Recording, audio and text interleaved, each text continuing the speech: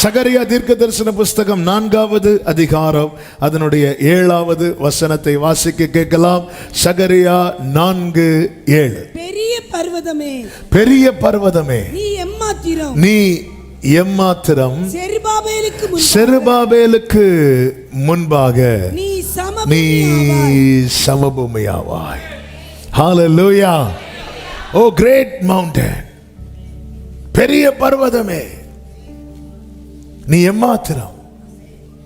செருபாபேலுக்கு முன்னாடி நீ பிளெயின் ஆயிருவ, நீ சமபூமி ஆயிருவ, நீ ஒண்ணுமே இல்லாம ஆயிருவ.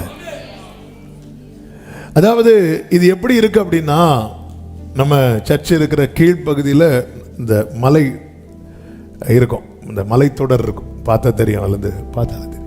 அந்த மலைக்கு முன்னாடி போய் நின்று பார்த்து நீ எல்லாம் ஏமாத்துறோம் அப்படி சொல்லியிருக்கோமா என்னைக்காவது? ஆமே. நம்ம கிட்னியில் ஒரு கல் வந்தாலே நம்ம கதை முடியுது. அந்த கல் மொத்தம் எப்படியே தான் இருக்கும், ஆனால் நம்மளால் என்ன பண்ண முடியல, தாங்க முடியல. ஆனால் எதை பார்த்து சொல்லணுமா? பெரிய அந்த பர்வதத்தை பார்த்து. இன்னைக்குள்ள செய்தி இதுதான். சத்துருவை எப்படி பார்க்கிறோம்? நம்ம ஜெயிக்கணும்னா நம்ம சத்துருவை பார்க்கிற பார்வையை மாற்றணும். சத்துருவை நாம எப்படி பார்க்கிறோம், எப்படி பார்த்துட்டு இருக்கிறோம்? இன்று பேசும்படி ஆவியானவர் நேற்று இந்த வார்த்தை அதிகமாய் நினைவில் கொண்டு வந்து இடைப்பட்டு கொண்டிருந்தார். நம் தேவனை சத்துருவை வந்து இப்படி பார்க்கணும்னா தேவனை பார்க்க வேண்டிய விதத்தில் பார்க்கணும். தேவனை பார்க்க வேண்டிய விதத்தில் பார்க்கும்போதுதான் சத்துருவை பார்க்க வேண்டிய விதத்தில் பார்க்க முடியும். நாம் தேவனை பார்க்காத வரைக்கும், கோலியாத்தை பார்க்காத வரைக்கும் இஸ்ரவேலருக்கு உயரமான மனிதன் யார்தான்?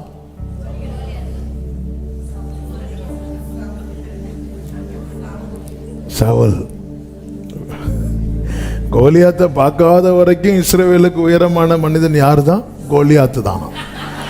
இந்த பதிலை நான் என்னவென்று சொல்வதற்கு? ஹல்லேலூயா. கோலியாத்தை பார்க்காத வரைக்கும் இஸ்ரவேலருக்கு உயரமான மனிதன் சவுல். கோலியாத்தை பார்த்ததுக்கு அப்புறம் சவுல், அந்த சவுல்னு ஒருத்தன் அவர் உள்ள இருக்கிறார். அவ்வளவுதான். குதிரை இல்லாத இடத்துல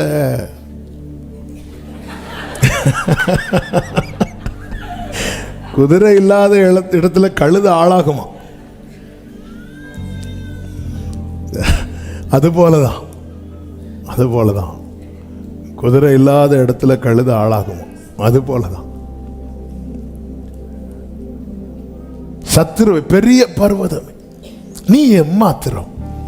அப்படி சொல்றதுக்கே ஒரு தனி கிருபை வேணுங்க. அது பிளெயின் ஆகிறதுல ரெண்டாவது. ஆனா அது சொல்றதுக்கு ஒரு கிருபை வேணும். ஆமேன் சொல்லுங்க பார்க்கலாம். அது சொல்றதுக்கே தனி கிருபை வேணும். இன்னைக்கு நம்ம சத்துருவை எப்படி பார்க்கிறோமோ அதன் அடிப்படையில் தான் நம்முடைய ஜெயம் இருக்கிறது. நமக்கு நன்றாய் தெரிந்த வேத பகுதி தான் 1 சாமுவேல் 17வது அதிகாரம். கோலியாத் வந்து நின்ற அதிலிருந்து இந்த செய்தி கர்த்தர் சித்தமானால் நாளைக்கும் தொடரும். இந்த செய்தி இன்னைக்கு முடியுமான்னு தெரில. ஆனால் அதனால ஒரு பகுதியை நான் சொல்லிவிட்டு கர்த்தர் இதை அனுமதித்தால் இதனுடைய தொடர்ச்சியை நம்ம நாளைக்கும் கேட்கலாம். ஏன்னா இது ரொம்ப முக்கியமான காரியம். நம்ம 2 நாளைக்கு முன்னாடி கேட்டோம், எதிராளியாக நம்ம யாரை செட் பண்றோம், அது ரொம்ப முக்கியம். இன்னைக்கு நம்ம கேட்க போகிறது, சத்துருவை நம்ம எந்த லிஸ்ட்ல வச்சு பார்க்கிறோம் என்பது ரொம்ப முக்கியம். அதை வைத்து தான் நம்மளுக்கு யுத்தம் பண்ணவே முடியும். நம்ம யுத்தம் பண்ணாதானே ஜெயம், ஜெயித்தாதானே சுதந்திரிக்க முடியும். நம் தேவனை குறித்து வேதம் சொல்லுகிறது, உலகத்தில் இருப்பவனிலும் உங்களில் இருக்கிறவர் பெரியவர். பெரியவர் எனக்குள்ளே, மிகவும் பெரியவர் எனக்குள்ளே, ஒருவராய் பெரிய அதிசயம் செய்த இஸ்ரவேல் ஜனங்களை பார்வோனை அவ்வளவு பெருசா பார்த்துட்டு இருந்தாங்க. அந்த பார்வோனை ஆண்டவர் ஒன்னும் இல்லாம ஆக்கினதுக்கு அப்புறம் தான் இஸ்ரவேல் ஜனங்கள் சொன்னார்கள், கர்த்தாவே தேவர்களில் உமக்கு ஒப்பானவர். இப்படி அவங்க இதுவரை சொல்லல.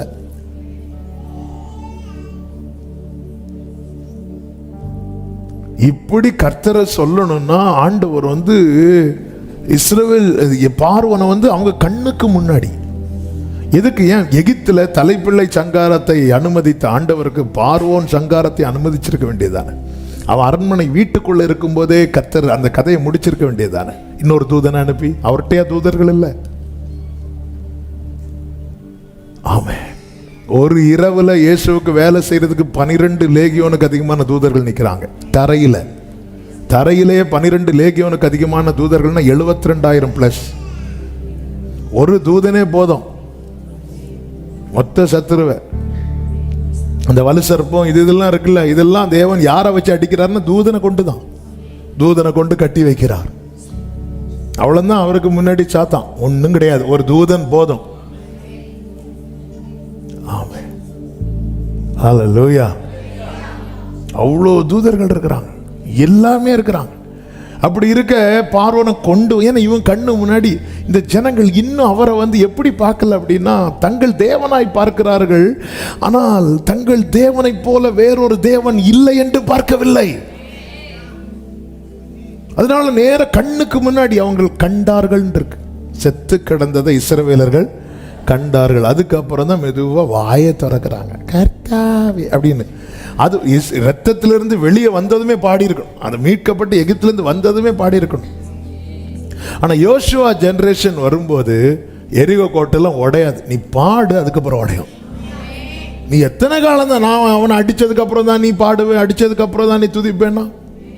கண்டு விசுவாசிக்கிறவன் அல்ல, காணாமல் விசுவாசிக்கிறவனே. நம்ம எல்லாம் இப்போ நமக்கு முன்னாடி ஏதாவது செய்யணும், செஞ்சாதான் கிரகிக்க முடியா, அப்பதான் பாட்டெல்லாம் வரும். ஆண்டவர் பார்த்துட்டே இருக்கிறார். அந்த நீ முதல்ல பாடு. நீ பாடுறது வரை பாடுபட்டுட்டே இருப்ப. ஹல்லேலூயா. ஆமென். நேத்து கேட்டோம்ல, துதிச்சு கொஞ்சம் கூட மெதுவா. ஆமென். துதி எடுத்தால் நமக்கு, துணி எடுத்தால் தான் கேட்கும். துணி எடுத்தால் கணவர் ஓடுவார். துதி எடுத்த ஃபாதர் அழகா பாடுங்க, துதி எடுத்தால் சாத்தான் ஓடுவான் முறுமுறுத்தா. இங்க துதிப்போம், வீட்டில் போய் இங்க ஓடுவான், அங்க போய் திரும்ப வருவான். ஆமென். கர்த்தாவே தேவர்களில் உமக்கு ஒப்பானவர் யாருன்னு துதிப்போம். என்ன ஆண்டவரை நீங்க முறுமுறுப்போம். முதல்ல நம்ம ஆண்டவர் எப்படி பார்க்கிறோம்? இந்த 1 சாமுவேல் 17வது அதிகாரத்தில் இஸ்ரவேலர் கோலியாத்தை எப்படி பார்க்கறாங்க பாருங்க. அதனுடைய 24வது வசனத்தில் இஸ்ரவேலர் அந்த மனுஷனை காணும் போது மிகவும் பயப்பட்டு, அதாவது கண்டு பயந்தார்கள். இஸ்ரவேலர்கள் கண்டு பயந்தார்கள். 11வது வசனத்தில் சவுலும் இஸ்ரவேலர் அனைவரும் அந்த பெலிஸ்தீனுடைய வார்த்தைகளை கேட்டு கலங்கி மிகவும் பயந்தார். கேட்டு பயந்தார்கள், கண்டு பயந்தார்கள், கேட்டு பயந்தார்கள். இந்த கண்டு பயந்து 24வது வசனத்தை வாசியுங்கள். இஸ்ரவேலர் எல்லாரும் அந்த மனுஷனை காணும் போது மிகவும் பயப்பட்டு அவன் முகத்துக்கு விலகி ஓடி போவார்கள். இந்த கோலியாத்தை கண்டு மிகவும் பயந்து அவன் முகத்துக்கு விலகி ஓடி போவார்கள். யாரு? இந்த இஸ்ரவேலருடைய சரித்திரம் தெரியுமா? இந்த இஸ்ரவேலுக்கு ஒரு சரித்திரம் உண்டு. அந்த சரித்திரம் அறிய வேண்டுமானால் 114வது சங்கீதத்தை வாசிக்க வேண்டும்.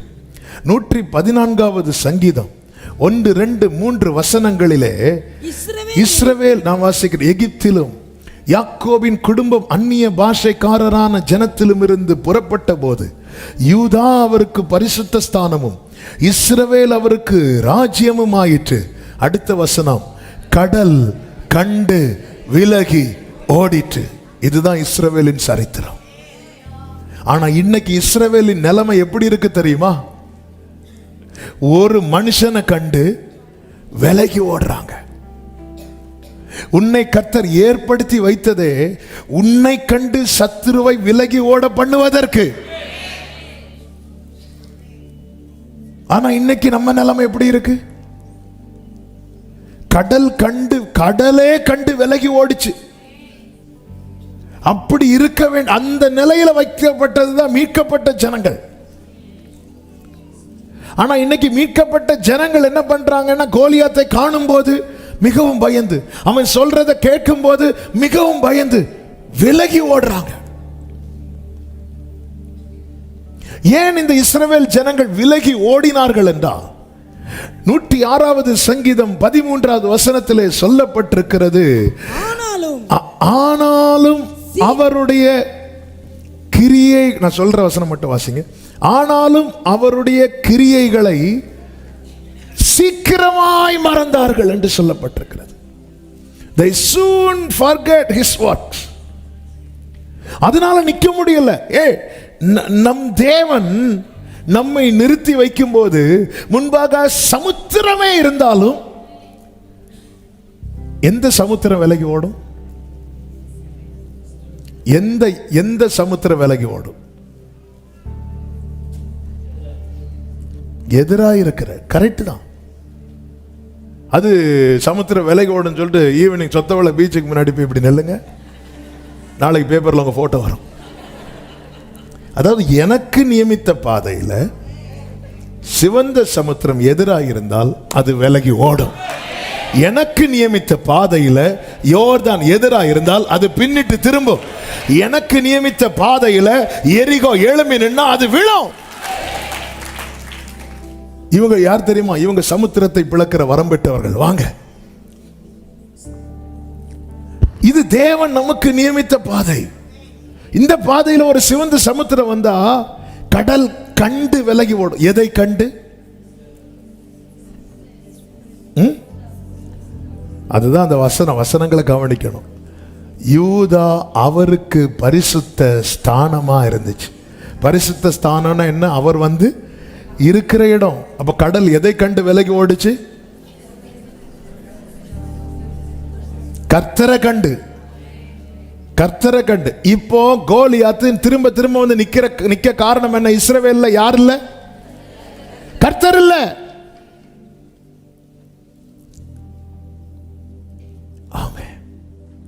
இஸ்ரவேலர் திரும்ப திரும்ப ஓடுறாங்க. தேவனுடைய கிரியைகளை ஏன் மறக்கிறோம் தெரியுமா? ஆண்டவர் செஞ்சதெல்லாம் ஏன் மறக்கிறோம் தெரியுமா? சங்கீதம் 111 சங்கீதக்காரன் அழகாய் சொல்லுகிறான் 2வது வசனத்துல, கர்த்தருடைய செய்கைகள் பெரியவைகளும் அவைகளில் பிரியப்படுகிற எல்லாராலும் ஆராயப்படுகிறவைகளுமாயிருக்கிறது. கர்த்தர் யார் யாருக்கு செய்யறாரோ அவங்க எல்லாருமே ஆராய மாட்டாங்க. எங்க இஸ்ரவேலரே மறக்கிறாங்கன்னு நம்ம எல்லாம் ஏமாத்துறோம். நமக்கு முன்னாடி இப்படி செங்கடெல்லாம் பிளந்து இருக்குதா? இல்ல. எவ்வளவு கண்ணார கண்டவர்கள் அந்த அடையாளங்கள், அற்புதங்கள், வாதைகள் எல்லாத்தையும் கண்ணார தெளிவா கண் கூடாக பார்த்தவங்க. ஏன் மறக்கிறாங்க அப்படின்னா, அதுல அவங்களுக்கு என்ன இல்லைன்னா பிரியப்படல. இந்த பிரியப்பட்டு ஆராயிறாங்க தெரியுமா? அவங்க வாழ்க்கையில ஒரு பிரச்சனை வரும்போது 3வது வசனத்தை வாசிங்க. அவருடைய செயல் மகிமையும், அடுத்த வசனம் மகத்துவமும் உள்ளது. 4வது வசனம், அவர் தம்முடைய அதிசயமான செய்கைகளை நினைவு கூறும்படி செய்தார். இந்த அவருடைய செய்கைகளை ஒருத்தன் ஆராயிறான் தெரியுமா? அவன் வாழ்க்கையில் இப்படி ஒரு பிரச்சனை வரும்போது அவர் அதை நினைவு கூற பண்ணுவார். அவருடைய கிரியைகளை, அவருடைய செயல்களை ஆராய்கிறவன் தான் யார் அப்படின்னா தாவீது. தாவீதை நினைவு கூற வச்சார்ல, அவன் நினைவு கூர்ந்து என்ன சொன்னான்? ஒரு விசை என்ன வந்துச்சு? சிங்கம் வந்துச்சு. ஒரு விசை கரடி வந்துச்சு. நினைவு கூர்ந்தான்ல. நமக்கு பிரச்சனை வந்ததும் எல்லாமே மறந்துடும். ஆண்டவர் அப்பதான் பேசுறார். சீஷர்கள் இருக்க இவ்வளவுக்கும் மீட்டிங்ல ஃபர்ஸ்ட் லைன்ல இருக்கிறதே யார் தான்? சீஷர்கள் தான். முதலாவது சீஷரை நோக்கி, அப்படிதான் பைபிள்ல இருக்கு. சீஷர்கள்லாம் நெருங்கி வந்திருக்கிறாங்க. இன்னும் சொல்லணும்னா, அவ்வளோ பெரிய கூட்டத்துக்கு அவர் தம்முடைய மெசேஜை யார் மூலமா தான் கன்வே பண்ணியிருப்பார்? சீஷர்கள் மூலமா. மைக்கு கிடையாதாங்க. அவர் மேடான இடத்துல இருந்து பேசும்போது ஓரளவுக்கு ரீச் ஆகும். எல்லா ஜனங்களும் அப்படி மலையில கீழே இருக்கிறாங்க, அவர் மேல இருந்து பேசுறார். அப்போ அந்த எண்டு வர 5000 புருஷர்கள் என்று சொல்லும் போது அந்த மெசேஜ் எண்டு வர கன்வே ஆகணும். யாரை வச்சு கன்வே பண்ணியிருப்பார்? சீஷர்களை வச்சுதான். அவர் சொல்றத அவங்க எடுத்து சொல்லுவாங்க. இப்படி அந்த மக்களுக்கு அந்த செய்தியில், அப்போ சீஷர்கள் வசனத்தில் என்ன ஆயிட்டாங்க? ஸ்ட்ராங் ஆயிட்டாங்க. அப்போ என்ன சொல்லி மலை உபதேசத்தை அவர் முடிக்கிறார்? நான் சொல்லி அந்த வார்த்தைகளின்படி கேட்டு அவைகளின்படி செய்கிறவன் அவன் கண்மலை மேல் கட்டப்பட்ட வீட்டுக்கு ஒப்பா இருப்பான். பெருவெள்ளம் வந்து மோதினாலும் அந்த வீடு என்ன செய்யாது? அசையாது. இந்த வசனம் கேட்டு தான் இயேசு கூட போட்ல ஏறி போறாங்க. போகும்போது பெருவெள்ளம் வந்து மோதிச்சு, எல்லாம் கடந்து அசையுது. ஆண்டவரே, நாங்கள் மடிகிறோம், உமக்கு கவலை இல்லை. அப்பதான் ஆண்டவர், உன்னை கொண்டு நான் பிரசங்கம் பண்ணேன் பாரு. ஆமே, அல்லேலூயா. அதாவது சீக்கிரம் பலப்படுவதும் ஊழியக்காரர்கள் தான். சீக்கிரம் சோர்ந்து போறதும் யாருன்னா ஊழியக்காரங்க தான். நான் சொல்லுகிறதை கேட்கிற ஊழியக்காரர்கள் இதை ஆமோதிப்பார்கள் என நான் நம்புகிறேன். 18வது அதிகாரத்தில் கர்மேல் பர்வதத்தின் உச்சியில என்ன எலியா, 19வது அதிகாரத்தில் சூறைச்செடி கீழே இப்படி கிடக்கிறார். அங்கே சூறைச்செடி கீழே என்ன பணிந்து குனிந்து இல்லை. போத ஆண்டவர் என் பிதாக்களை பார்க்கல, நான் நல்லவன். முந்தின அதிகாரத்தில் ரொம்ப நல்லவன். இந்த அதிகாரத்தில் நம்மளை விட ஆண்டவர் வந்து ஒரு தட்டு, எலும்பு ஓடு. பேதுருக்கள் எங்கே தட்டினார்னா விழாவில். அப்பதான் துள்ளி எழும்புவார். அவர் தம்முடைய, நமக்கு திடீர்னு ஒரு புயல் அடிக்கும்போது எல்லாம் மறந்துடும். அவ்வளோ நேரம் இருந்து பேசுனது எடுத்தது எல்லாமே மறந்துடும். இந்த இடத்துல தாவீது சொல்றாரு, அவர் நான் நினைவு கூர்ந்தேன் என்றல்ல, நினைவு கூறும்படி செய்தார். அதனாலதான் மற்றவர்கள் கோலியாத்தை பார்த்த பார்வைக்கும் தாவீது பார்த்த பார்வைக்கும் வித்தியாசம் இருந்தது. தாவீது எப்படி பார்த்தான் தெரியுமா? ஒன்றாவது, தாவீது கோலியாத்தை பார்த்த விதங்களை பாருங்கள். 17:26 சொல்லப்பட்டிருக்கிறது, தாவீது தன் அண்டையில் நிற்கிறவர்களை பார்த்து, இந்த பெலிஸ்தியன், சொல்லுங்க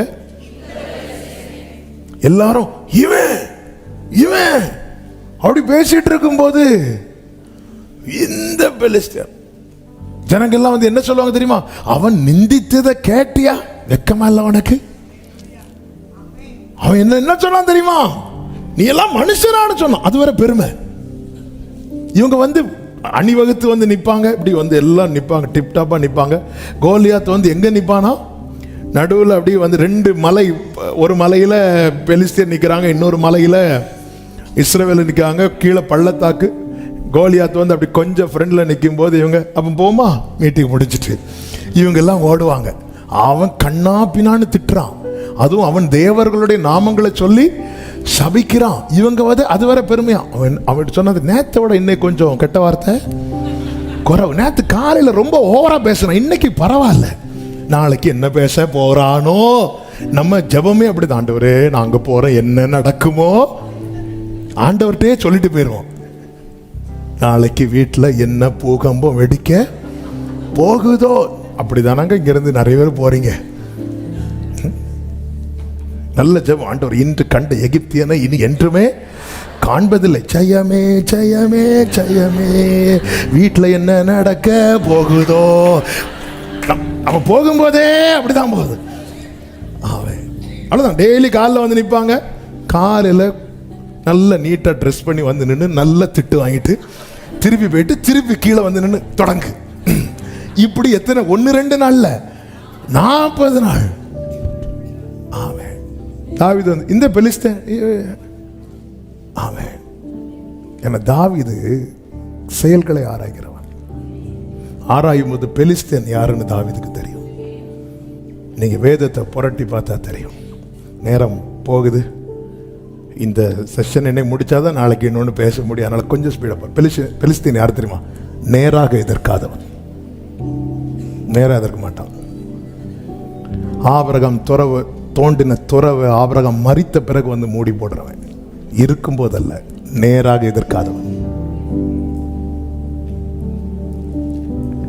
அதாவது இந்த பெலிஸ்தீன் வந்து நிற்கிறான்ல, பெலிஸ்தீன் வந்து நின்றது இஸ்ரவேலர்கள் என்ன செஞ்சாங்க? ஓடி போனாங்க. ஒரு எதிரி ஓடுறானாலே அவன் அந்த இடத்துல ஜெயிச்சிருக்கணும். பெலிஸ்தீன் ஜெயிக்கல. இதே இது பெலிஸ்தியர்கள் ஓடுனாங்க. அப்ப என்ன நடந்துச்சு பாருங்க. 17வது அதிகாரம் அதனுடைய 51 அப்பொழுது தங்கள் வீரன் செத்து போனான் என்று பெலிஸ்தியர் கண்டு என்ன பண்ணார்கள்? ஓடி போனார்கள். 52 வாசிங்க. அப்பொழுது இஸ்ரவேலரும் யூதா மனுஷரும் எழும்பி ஆர்ப்பரித்து அவர்கள் என்ன பண்ணார்கள்? துரத்தினார்கள். பெலிஸ்தியர் ஓடும்போது இஸ்ரவேலர் என்ன பண்ணாங்க? துரத்தினாங்க. அப்ப இஸ்ரவேலர் ஓடும்போது பெலிஸ்தியர் என்ன பண்ணி இருக்கணும்? துரத்தி இருக்கணும். வரமாட்டான். அவன் இப்படிதான் பயங்காட்டுவான். நீங்க விண்டோ ஓபன் பண்ணும்போது நிப்பான், ஓடிட்டு இப்படி உள்ள இருப்பான். ஏன் உள்ள வந்து அவன் இப்படி காட்ட தெரியாதா? இதுலயே தெரிய வேண்டாமே இஸ்ரவேல் ஜனமே, அவர் ஒரு எல்லையை போட்டு பெலிஸ்தீனை உள்ள வர விடாம நிக்க வச்சிட்டு இருக்கிறார்ல. அதுவும் எனக்கு இது படிக்கும் போது பயங்கர சிரிப்பு வந்து, அவங்க ஓடுனதுக்கு அப்புறம் தான் இவங்க துரத்துனாங்க இல்ல. சில தெருவில் சில நாய் வந்து இப்படி ஒரு மாதிரி நிற்கும். நம்ம ஓடலாம் நினைக்கும் போது அது ஓடிடும். அது ஓடுனது நமக்கு சும்மா. இவங்க அதுவும் எப்படி துரத்தினார்கள்? அடுத்த வசனத்தை பாருங்க. 51 53 இஸ்ரவேல் புத்திரர் பெலிஸ்தரை மூர்க்கமாய் எப்படியா? நான் பயங்கர கோபத்தில் இருக்கிறேன். மூர்க்கமாய் அவன் ஓடி 2 நாள் ஆச்சு. அவன் பேசும்போதெல்லாம் கேட்டுட்டு அவன் போனதுக்கு அப்புறம் போயிட்டானா? இல்லைன்னா தெரிஞ்சிருக்கும். என்ன தெரிஞ்சிருக்கும்? இன்னொரு நாள் கூட திட்டு வாங்கிட்டு போனதுக்கு அப்புறம் மூர்க்கமாய். இப்படிதான் இருக்கணும். அவன் ஓடுறான்னு தெரிஞ்சிட்டுனா விடக்கூடாது, ஓடி போய். ஆனா பெலிஸ்தீனை பார்த்தீங்களா? இவங்க ஓடுவாங்க, அவன் சிரிச்சிட்டு திரும்ப போயிடறான். அதான் இந்த பெலிஸ்தீன் அவன் நேராக எதிர்க்காதவன். இன்னும் கவனிச்சிங்கன்னா இந்த இஸ்ரவேலர் கையில என்ன கிடையாது தெரியுமா? பட்டயம் இல்லாதவர்களோடு எதிர்க்கிறவன். பெலிஸ்தீன் யாரை எதிர்ப்பான் தெரியுமா? பட்டயம் இல்லாதவர்களை. சபையே, உன் கையில் இந்த பட்டயம் இல்லைன்னா உன் முன்னாடி டெய்லி கோலியாத்து வந்து நினைப்பான். பட்டயம் இல்லாதவர்களை எதிர்க்கிறவன். என் வாழ்க்கையில் இந்த வசனம் என்கிற பட்டயம் இருக்கணும். என் தகப்பனா 2016 அவங்க மறிக்கிறாங்க. 2017 இப்போ சர்ச்சு ஒர்க்கு ஸ்டார்ட் ஆகி போயிட்டு இருக்கு. ஊழியத்துக்கு நிறைய இடத்துக்கு அங்கங்கே போகிற. சென்னையில் ஒரு குறிப்பிட்ட இடத்துல போய் ரீச் ஆகிற ஈவினிங் மீட்டிங். ஸோ மதியம் வரைக்கும் ப்ரேயர் பண்ணிவிட்டு சாப்பிட்டுட்டு சரி கொஞ்சம் நேரம் ரெஸ்ட் எடுக்கலாம்னு சொல்லிட்டு படுத்து இருக்கும்போது ஆண்டவர் ஒரு சொப்பனத்தை காட்டுறாங்க. அந்த சொப்பனத்தில் வந்து பழைய சர்ச்சில் எங்கள் அப்பா பைபிள் ஸ்டடி கொடுக்குற அந்த ஒரு செட்டப் அப்படி காட்டுறாங்க. அதில் வந்து டேபிள் இருக்குது. அந்த டேபிள் அதுக்கு முன்னாடி சேரில் உட்காந்துருக்கிற எல்லோரும் சுற்றி நிற்கிறாங்க. அப்போ அப்படி இருக்கிறது மாதிரி ஒரு சொப்பனத்தை காட்டுறாங்க. அதில் வந்து என்னுடைய பைபிள் வந்து அதில் அப்படி இருக்குது. அப்போ நானும் அந்த கூட்டத்தில் நின்று அப்படி பார்த்துட்ருக்குறேன். பார்த்துட்டு அப்படி என்னை அப்படி ஏற்றி பார்க்குறாங்க. பார்த்துட்டு அந்த பைபிள் எடுத்து இப்படி தூக்கி காட்டிட்டு சொல்கிறாங்க, இந்த பட்டயத்தை பிடிச்சிக்கோ, நீ ஜெயிச்சுட்டு போயிட்டே இருப்பேன்னாங்க. இன்னைக்கு வரைக்கும் இந்த பட்டயம்தான், வேற ஒன்றுமே. அப்படியே அதே வேர்டு, இந்த பட்டயத்தை மட்டும் கையில் வச்சுக்கோ. இந்த பட்டயம் இல்லாமல் யுத்தம் பண்ண போகாத. பட்டயம் இல்லாமல் ஆக்கின பிறகு கோலியாத்தை இன்ட்ரடியூஸ் பண்றாங்க பெலிஸ்தியர். அது வரைக்கும் கோலியாத்துங்கிற ஒருத்தனையே தெரியாது யாருக்கும். ஏன்னா அவன் கையில பட்டயம் இருக்கு. சத்துரு எவ்வளவு வலிமையானவனா இருந்தாலும் உன் கையில் பட்டயம் இருந்தால் அவன் தன்னை வெளியே காட்ட மாட்டான். அதனாலதான் வசனத்தை இதை வாசிக்கிறவர்கள் பாக்கியவான்கள், இதை கேட்கிறவர்கள் பாக்கியவான்கள், இதை கை கொள்ளுகிறவர்கள். பெற்றோரை உங்க பிள்ளைகளை வசனம் படிக்க வைங்க. நல்ல அந்த பட்டயம் இருந்தா பிசாசானவன் உள்ள வர முடியாது. தாவீது சொல்லுகிறார், நான் உமக்கு விரோதமாய் பாவம் செய்யாதபடிக்கு உமது வாக்கை என் இருதயத்தில். எங்கிருந்து இது ஸ்டார்ட் ஆச்சு தெரியுமா? பிள்ளைக்கு தாவீதின் தாயார் பால் கொடுக்கும் போதே ஸ்டார்ட் ஆச்சு. நல்ல வசனம். இன்னைக்கு கெமிஸ்ட்ரி படிச்சியா, மேக்ஸ் படிச்சியா, அது கேளுங்க. வசனம் படிச்சியா முதல்ல கேளுங்க. வசனம் படிச்சியா? வசனம் படிக்கலைன்னா நமக்கு வருத்தம் வரணும், வலி வரணும், கோபம் வரணும். நமக்கு சண்டே ஸ்கூல்ல மார்க் குறைஞ்சாலாம் வலி வராது, ஸ்கூல்ல மார்க் குறைஞ்சா வலி வரும். சிலருக்கு வலி வந்து இந்த வலிப்பு மாதிரி இருக்கும்.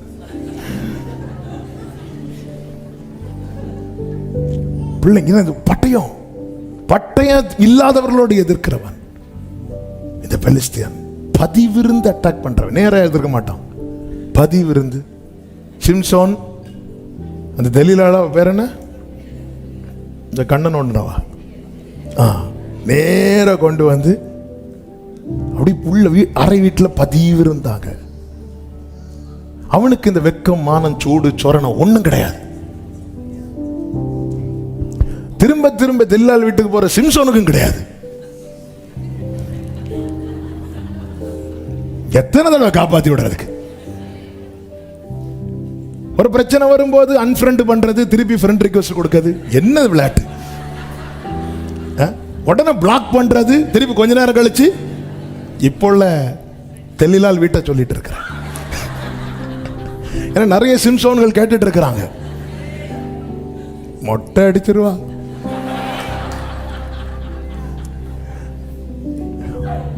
பதிவிருந்து, அப்படி பதிவிருந்து இருந்து அட்டாக் பண்றவன். இந்த பெலிஸ்தீன் யாரு தெரியுமா? சத்தம் கேட்டா பயப்படுறவன். ஓப்பனி பினேகாஸ் ஒரு வாட்டி பெலிஸ்தீனோட யுத்தம் பண்ண பெட்டியை தூக்கிட்டு வருவாங்க. அதுல யாரு இல்ல? கர்த்தர் இல்ல. இவங்க சும்மா சத்தம் போட்டாங்க. அதை கேட்டு எல்லாரும் சத்தம் கேட்டா, நீ துதிக்கிற சத்தம் கேட்டா பயப்படுறவன், நீ ஆர்ப்பரிக்கிற சத்தம் கேட்டா பயப்படுறவன், அதான் பெலிஸ்தியன். அதான் தாவீது சொன்னான், இந்த பெலிஸ்தியன் அவருடைய அதிசயமான செயல்களை நினைவு கூறும்படி செய்தான். ஆமென்.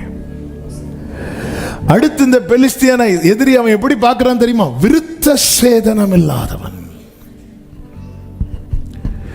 அதே 26வது வசனத்திலே வாசியுங்கள். அப்பொழுது தாவீது தன் அண்டையிலே நிற்கிறவர்களை பார்த்து, இந்த பெலிஸ்தனை கொன்று இஸ்ரவேலுக்கு நேரிட்ட நிந்தையை நீக்குகிறவனுக்கு என்ன செய்யப்படும்? ஜீவனுள்ள தேவனுடைய சேனைகளை நிந்திக்கிறதற்கு விருத்த சேதனம் இல்லாத இந்த பெலிஸ்தன். அப்படிதான் பாக்குறான். எல்லாரும் அவன்கிட்ட என்ன பேசிட்டு இருக்காங்க? அவனை பத்தி என்ன பேசிட்டு இருக்காங்க? அவன்கிட்ட பட்டயம் இருக்கு, அவன்கிட்ட பட்டயம் இருக்கு. தாவீது வந்து சொல்றான், அவன் விருத்த சேதனம் இல்லாதவன்ட்டான். விருத்த சேதனம் பழைய ஏற்பாடு முறைமை நமக்கு தெரியும். அது எதன் அடையாளம் தெரியுமா? உடன்படிக்கை. அவன்கிட்ட பட்டயம் இருக்கு, அவன்கிட்ட ஹெல்மெட் இருக்கு, அவன்கிட்ட மார்க்கவசம் இருக்கு, அவன்கிட்ட ஈட்டி இருக்குன்னு சொல்லும் போது தாவீது சொல்லுகிறான், எனக்கு அவரோடு பண்ணின உடன்படிக்கை இருக்கிறது. தேவனோடு பண்ணின உடன்படிக்கை இருக்கிறது. பாருங்க, இப்போ யுத்தங்கள்லாம் நடக்கல. காசா இஸ்ரேல் யுத்தம் நடக்குது, ரஷ்யா உக்ரைன் யுத்தம் நடக்குது. இப்படி வார் வரும்போது எந்தெந்த கண்ட்ரிக்கு சப்போர்ட் பண்ணுவாங்க தெரியுமா? ஏற்கனவே ஒப்பந்தம் போட்டிருப்பாங்க, உடன்படிக்கை போட்டிருப்பாங்க. இப்ப அமெரிக்கா இஸ்ரேலுக்காக வந்து நிக்கிறதுக்கு ரீசன் என்னன்னா, அவர்களுக்குள்ளே போடப்பட்ட ஒப்பந்தம். இப்போ ரஷ்யா உக்ரைன் வார்ல நம்ம பிரைம் மினிஸ்டர் வந்து ரஷ்யா பிரைம் மினிஸ்டரோடு அந்த பிரசிடென்டோடு பேசுறாங்க. ரீசன் என்னன்னா, ரெண்டு கண்ட்ரிக்கு இடையில என்ன ஏற்கனவே போடப்பட்டிருக்குன்னா, ஒப்பந்தம் போடப்பட்டிருக்கிறது. இதுதான் உடன்படிக்கையினுடைய இந்த கவனன்ட்ங்கிறது வந்து நம்ம உடன்படிக்கை பண்ணியிருக்கிறோம்ல சர்ச் மெம்பர் ஆகிறதுக்கு இல்லை. அவன் உடன்படிக்கை அவ்வளோ வேல்யூ பண்றான், அவ்வளோ வேல்யூ பண்றான். என்ன இருந்தாலும் அவன் விருத்த சேதனம் இல்லாத தானே. அப்போ ஒரு யுத்தம்னு வந்தா கர்த்தர் எந்த பக்கம் தான் நிற்பார்? என் பக்கம் நின்றுதானே ஆகணும். கர்த்தர் என் பக்கத்தில் நின்றுட்டார்னா உலகத்தில் இருப்பவனிலும் ஆமென். அப்ப அவன் அந்த இடத்துல அவன் விருத்த சேதனம் பண்ணப்பட்டது நினைக்கிறான். ரத்த சம்பந்தமான புருஷன். கர்த்தர் மோசையை கொல்ல பார்க்கும் போது மோசையின் மனைவி பேர் என்ன? சிப்போராள். அந்த குழந்தைக்கு என்ன பண்ணுவா? விருத்த சேதனம் பண்ணும்போது என்ன வேர்டு சொல்லுவா தெரியுமா? ரத்த சம்பந்தமான. என்ன இருந்தாலும் நீ யாரு? உங்க அண்ணன் ஒண்ணு 1000 பேசட்டும். எலியா வந்து சொல்ற நீ அகங்காரம் உள்ள சொல்லிட்டு போ. சவுல் சொல்றான் இங்க பாருப்பா உனக்கு முடியாது. எதிரி யாரு? எதிரி யாரு? அவரோடு அவனுக்கல். அவருக்கு உடன்படிக்கை கோலியாத்தோடல்ல, அவருக்கு உடன்படிக்கை இந்த தாவீதோடு. எனக்கு பிரச்சனைன்னு ஒண்ணு வந்தா பரலோகம் என் பட்சம்தான் நிற்கும். நம்புறவங்க மட்டும், உடன்படிக்கைக்கு உட்பட்ட தேவ பிள்ளைகள் எல்லாரும் ஆர்ப்பரிப்போடு ஆர்ப்பரிப்போடு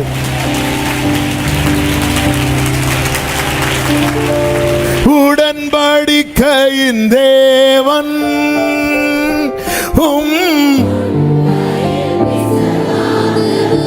ஆண்டவர் சைஸ வச்சு ஆள் மாறுகிறவர் அல்ல. உடன்படிக்கை, உடன்படிக்கை. அவன் உடன்படிக்கைக்குட்பட்டவன் அல்ல. என்னை கர்த்தர் உடன்படிக்கைக்கு உட்பட்டிருக்கிறார்.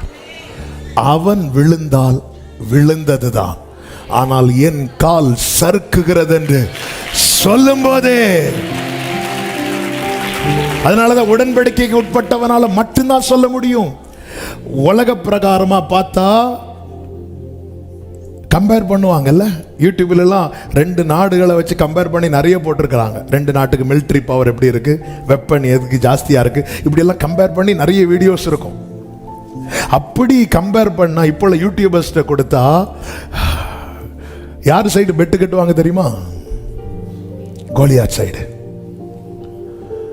பெரிய பெரிய மேட்ச்ல நடக்கும்போது மேட்ச் ப்ரெடிக்ஷன் போடுவாங்க. எந்த கண்ட்ரி ஜெயிக்கும், 70% இது, 30% அது, 80% இது, அப்படி போடுவாங்க. அப்படி பார்த்தா கோலியாத் சைடு தான் ஃபுல் பர்சன்டேஜ்.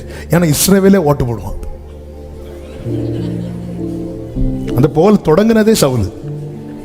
அவன் சிறு வயதிலிருந்தே அப்போ தாவீது இருந்து கர்த்தரை ஆராய்ந்து கொண்டிருக்கிறான், அவருடைய செயலை. சவுல் உள்ள இருந்து யாருடைய செயலை ஆராய்ஞ்சிட்டு இருக்கிறான்? யூடியூப்ல போட்டு கோலியாத் உயரம் எவ்வளவு, நீளம் எவ்வளவு. நம்ம நம்ம பிள்ளைகளுக்கு எக்ஸாமுக்கும் அதுதானங்க கொடுக்கும். சண்டே ஸ்கூல்ல வேதம் சொல்லுங்க, அவருடைய அன்பின் நீளம் எவ்வளவு. அவன் தாவீது ஒருத்தர் அந்த ஆழத்துல போயிட்டு வரான். இங்க வந்து அவன் 9 எத்தனை முழம் நீளம் கோலியாத்து? 6 முழம். பார்த்தீங்களா, கோரஸா சொல்றீங்க. 6 முழம் நீளம். 6 முழம்னா 9 அடி வருமா? போட்டு 6 முழம்னா ஒரு ஜான் நீங்க நினைக்கிறேன். ஒரு 9 அடி வருமா? ஒரு 9 அடின்னு வைங்களேன். 9 அடி. கோலியாத் 9 அடி, 2 மார்க். உள்ள இருந்து சவுல் இருந்து போட்டுட்டு இருக்கிறான். அவர் இவன் யாரு அப்படி சொல்றான். ஒரு விஷயம், சிங்கம் வந்தது, கரடி வந்தது, கர்த்தர் அவைகளை பீறி போட வைத்தார், அவைகளில் ஒன்றை போல.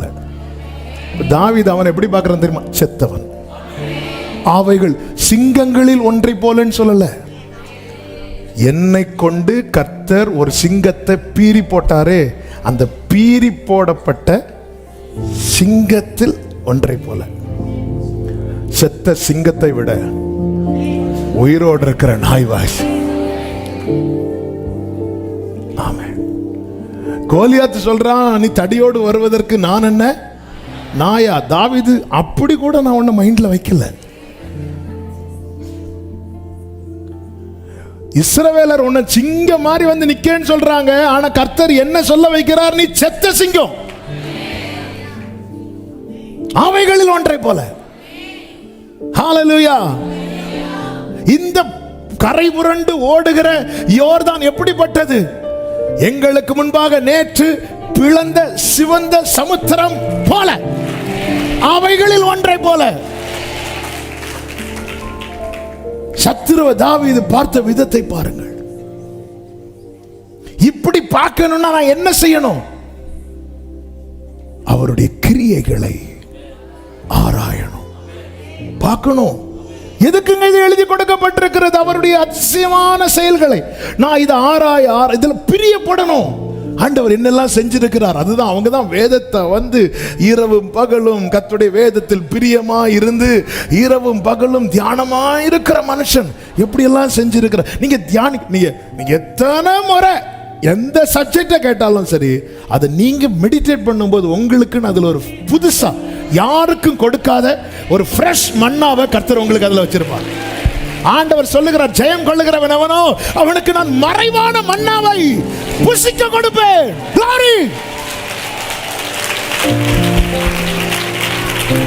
ஜெபமே அதான். பைபிள் படிக்கும் போது ஊழியத்தின் நாமத்தில் ஆண்டவரே யாருக்கும் காட்டாதது என்ன காட்டணும், யாருக்கும் காட்டாததை காட்டணும். ஆமென். ஏன்னா ஆண்டவர் சொல்லியிருக்கிறார், ஜெயம் கொள்ளுகிறவன் அவனுக்கு நான் மறைவான மன்னாவை அவர் உள்ள மறைச்சு வச்சிருக்கிறார். யாருக்கும் காட்டாததை காட்டணும். எத்தனை முறை நீ எத்தனை முறை.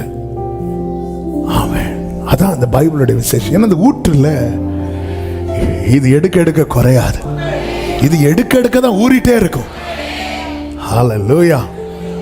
ஆமென். சத்துருவை அவன் பார்த்த விதம். இரண்டாவது தாவீதின் நம்பிக்கை. ஒன்று, தப்புவித்தவர் தப்புவிப்பார். இதான் தாவீதின் நம்பிக்கை. 37வது வசனத்தை வாசியுங்கள். பின்னும் தாவீது, என்னை சிங்கத்தின் கைக்கும் கரடியின் கைக்கும் தப்புவித்த கர்த்தர் இந்த பெலிஸ்தனுடைய கைக்கும் தப்புவிப்பார் என்றார். அப்பொழுது தப்புவித்தவர் எல்லாரும் இந்த வார்த்தையை சொல்லுங்க, சத்தமா சொல்லணும். தப்புவித்தவர் தப்புவிப்பார். தப்புவித்தவர் தப்புவிப்பார். இந்த நம்பிக்கை மட்டும் விட்டுறவே கூடாது. அவர்களை தப்புவித்தவர் இல்ல, என்ன இதுவரை தப்புவித்தவர். ஆமே. கொரோனா 1க்கு தப்புவித்தவர் கொரோனா 2க்கும் தப்புவிப்பார். கொரோனா 3க்கும் தப்புவிப்பார். கொரோனா 4க்கும் கொரோனா 5க்கும் சிலர் வேண்டாண்டாங்க, ஏன்னா 4 தான் முடிஞ்சிருக்குன்னு நினைக்கிறேன். இந்த நம்பிக்கை தாங்க நம்மளை எதிர்கொள்ள வைக்கும். பவுல் சொல்லுகிறார் 2 கொரிந்தியர் 1வது அதிகாரம் 9-10 வசனங்களிலே, நாங்கள் எங்கள் மேல் நம்பிக்கையா இராமல் மரித்தோரை எழுப்புகிற தேவன் மேல் நம்பிக்கையா இருக்கத்தக்கதாக மரணம் வரும் என்று நாங்கள் எங்களுக்குள்ளே வந்த பிரச்சனையை பார்க்கும்போது எங்களுக்கு என்னதான் வரப்போகுது? மரணம் தான் வரப்போகுது. அடுத்த வசனத்தை வாசிங்க. அப்படிப்பட்ட மரணத்தினின்றும் அவர் எங்களை தப்புவித்தார், இப்பொழுதும் தப்புவிக்கிறார், இன்னும் தப்புவிப்பார். தப்புவித்தவர் தப்புவிப்பார். ஹல்லேலூயா. இரண்டாவது தாவீது நம்பிக்கை என்ன அப்படின்னா, 39-40 வசனங்கள் வாசிக்க வேண்டாம், நமக்கு தெரியும். என் கையில் உள்ளதை கொண்டு எனக்கு ஜெயம் தருவார். என் கையில் கர்த்தர் என்ன கொடுத்திருக்கிறார்? ஒரு தடி, ஒரு கவன், ஆமே, ஒரு அடப்பை. அதாவது சத்துருவை எதிர்கொள்ள வேண்டியதை கர்த்தர் என் கையில் தந்திருக்கிறார். இல்லை, தாவீதுக்கு இன்னொரு அசையாத நம்பிக்கை என்னன்னா, நான் வந்ததற்கு ஒரு முகாந்திரம். அப்ப தாவீது என்ன தீர்மானிக்க, என்னை அனுப்புனது என் தகப்பன் ஈசாய் அல்ல, என் பரலோக தகப்பன். எல்லாரும் சொல்லுங்க, சத்துருவை ஜெயிக்க வேண்டியவைகளை என் கையிலே தந்திருக்கிறார். அதான் பட்டயம். நம்முடைய முழங்கால் விசுவாசம், கிருபை தந்திருக்கிறார். அதனாலதான் வேற ஒன்று மேல அவனுக்கு பழக்கம் இல்லை. 39வது வசனத்தில் அவனுடைய பட்டயத்தை தாவீது தன் வஸ்திரங்களில், 38ல பாருங்க, சவுல் என்ன பண்றானா, தாவீதுக்கு தன் வஸ்திரங்களை உடுத்துவித்து வெண்கலமான ஒரு சீராவை அவன் தலையின் மேல் போட்டு ஒரு கவசத்தையும் அவனுக்கு தரிப்பித்து அவனுடைய பட்டயத்தை தாவீது தன் வஸ்திரங்கள் மேல் கட்டிக்கொண்டு அதிலே அவனுக்கு பழக்கமில்லாததினால் நடந்து, பழக்கமில்லாதது செட் ஆகாது. அப்பொழுது தாவீது சவுலை நோக்கி, நான் இவைகளை போட்டுக்கொண்டு போகக்கூடாது. இவைகளை போட்டு ஜெயம் கிடைக்கும்னா சவுல் ஏன் உங்களுக்கு ஜெயிக்க முடியல? இதெல்லாம் சவுலுக்குரியது தானே. இதை போட்டு ஜெயம் கிடைக்கும்னா ஏன் சவுலை உங்களால் முடியல? அப்போ உங்களுக்கே உங்கள் கையில் இருக்கிற பட்டயத்து மேலே என்ன இல்லை? நம்பிக்கை இல்லை. உங்களுக்கே நம்பிக்கை இல்லாதது நீங்கள் எப்படி எங்களுக்கு தரலாம்? எங்க நம்மளே வசனத்தை நம்பாம இன்னொருத்தங்களுக்கு எப்படிங்க சொல்லுவோம்? நமக்கே ஜெபம் பண்ணா விடுதலை கிடைக்கும், நமக்கே நம்பிக்கை இல்லை. ஆனா நம்ம என்ன பண்ணுவோம்? ஜெபித்தால் ஜெயம் நிச்சயம். சவுலே, இது அபியாசம் கிடையாது. அப்போ என் கையில் ஆண்டவர் கொடுத்திருக்கிறார். உங்க பார்வைக்கு அது அற்பமா இருக்கும். என் ஜெபம் உங்களுக்கு ஒருவேளை அற்பமா இருக்கும். என் துதி உங்களுக்கு வேற அற்பமா இருக்கும். என் ஆராதனை உங்களுக்கு ஒருவேளை அற்பமா இருக்கும். சத்துரு நிந்திக்கிறது மாதிரி தான் இருக்கும். ஆனா நான் ஸ்டார்ட் பண்ணிட்டேன்னா, நான் தொடங்கிட்டேன்னா, ஹல்லேலூயா. இங்க பாருங்க, பெலிஸ்தியன் கிட்ட வந்தானோ, அப்படிதான் இருக்கு. 41 பெலிஸ்தியனும் நடந்து தாவீது அண்டைக்கு. அப்ப தாவீது பக்கத்துல வந்துட்டானா இல்லையா? வந்துட்டான். அப்ப பெலிஸ்தீன் என்ன பண்ணிருக்கணும்? கையில் இருக்கிற பட்டயத்தை வச்சு வெட்டி இருக்கணும். ஆனா பெலிஸ்தீன் என்ன செய்தான் தெரியுமா? சபித்தானா. எப்படி இருக்கும் கொஞ்சம் அதை இமேஜின் பண்ணி பாருங்க. கையில பட்டயத்தை ஈட்டிய கிட்ட கொண்டு வந்துட்டு ஒரு ஆள் வந்து நம்மளை அப்படி வெட்டுறதுக்கு வராங்க. கிட்ட வந்துட்டு நீ எல்லாம் நல்லா இருப்பியா? இப்படி கிட்ட வந்து நின்று என்ன பண்ணா, இவ்வளவு பெரிய உடம்ப வச்சுட்டு. சிலர் பார்த்துருக்கீங்களா? அவங்க நிக்கிறத பார்த்தா இன்னைக்கு 2ல் 1 நடக்கும். ஆனா வந்து சொல்லிட்டு தப்புவித்தவர் தப்புவிப்பா. கிட்ட வந்தான் என்று தாவீதின் நம்பிக்கை. அடுத்த நம்பிக்கை என்ன தெரியுமா? கர்த்தருடைய நாமம். அதுதான் அவன் சொல்லுகிறான். இஸ்ரவேலுடைய 45 இராணுவங்களின் தேவனாகிய சேனைகளுடைய கர்த்தரின் நாமத்திலே நான் வேற எதுலயும் வரல. ஈசாயின் மகன் என்கிற அடையாளத்தில் வரல. சாமுவேலால் அபிஷேகம் பண்ணப்பட்டவன் என்கிற அடையாளத்தில் வரல. சிங்கத்தை கொன்றவன், கரடியை கொண்டவன் என்கிற அடையாளத்தில் நான் வரல. நான் வந்து நிற்பது ஒரே அடையாளத்தில், என் கர்த்தருடைய நாமத்திலே. ஹல்லேலூயா. திருநாமம் உலகத்திலே உயர்ந்த. எனவேதான் சங்கீதம் 20:5 சங்கீதக்காரன் சொல்லுகிறான், நாங்கள் உமது ரட்சிப்பினால் மகிழ்ந்து எங்கள் தேவனுடைய நாமத்திலே கொடியேற்றுவோம். அடுத்த ஒரு நம்பிக்கை உண்டு. 46வது வசனத்தை வாசியுங்கள். இன்றைய தினம் கர்த்தர் உன்னை என் கையில் ஒப்பு கொடுப்பார். நல்ல கவனிங்க. இந்த வேர்டை ஆவியானவர் மெடிடேட் பண்ண வைத்ததை அப்படியே சொல்லுகிறேன். கர்த்தர் உன்னை வென்று என் கையில் ஒப்பு கொடுப்பார். இதான் அதனுடைய சரியான மொழிபெயர்ப்பு. கர்த்தர் உன்னை வென்று என் கையில் ஒப்பு கொடுப்பார். அவ யுத்தம் யார் பண்றா? இது புரியணும்னா மீகா 2:13 வாசிங்க. தடைகளை நீக்கி போடுகிறவர். நீக்கி போடுகிற வசனத்தை வந்து கரெக்டா சொல்லிருக்கணும். பாட்டுக்கு தான் அப்படி இப்படின்னு கொஞ்சம் மாத்தி எடுத்து பாடுவோம். வசனத்தை சொல்லும் போது, ஏன்னா பாட்டு அந்த தாளத்தில் இதில் நிற்கிறதுக்காக பாடகர்கள் என்ன பண்ணுவாங்கன்னா கொஞ்சம் ஆல்டர் பண்ணி வைப்பாங்க. நம்ம மைண்டில் ஒன்று பாட்டு இருக்கும், இல்லைன்னா ஜீசஸ் மூவி படம் இருக்கும். அதில் இயேசு இப்படி வந்தாரே. அன்னைக்கு ஒரு சகோதரன் வந்து சொல்கிறான், பாஸ்டர் இந்த மோசேயால் வந்து எகிப்தியர் மீட்கப்படுவதை வந்து பார்வோன் சொப்பனம் பார்த்தான்ல அப்படின்னு. பார்வோன் எப்போ சொப்பனம் பார்த்தான்? ஒரு படத்தில் பார்த்தேன். சாத்தான் சுத்தி சுத்தி படம் காட்டிட்டு இருக்கிறான். இந்த அதாவது ஆரம்பத்தில் புரியாதவங்களுக்கு அது ஓகே, அது அதில் பார்க்க இந்த கிறிஸ்டியன் மூவி, இந்த மோசஸ் ஸ்டோரி, இதெல்லாம் ஸ்டோரியில் பார்க்க தப்பு கிடையாது. ஆனால் பைபிள் தெரியாமல் நம்ம பார்த்தா அதையே நம்பிட்டு இருப்போம். தடைகளை நீக்கி போடுகிறவர் அவர்களுக்கு முன்னாக நடந்து போகிறார். அவர் தடைகளை நீக்கி, கரெக்டா வாசிக்கணும், அவர்கள் தடைகளை அப்படி வாசிக்கணும். அவர்கள் தடைகளை, யார் தடையை நீக்கிறார்? ஆனா அவர் தடைகளை நீக்கி போடுகிறவர்னா அதுக்கு மேல ஜெயம் எடுத்துட்டார். இனி நம்ம போய் என்ன பண்ணணும்? நீக்கணும்.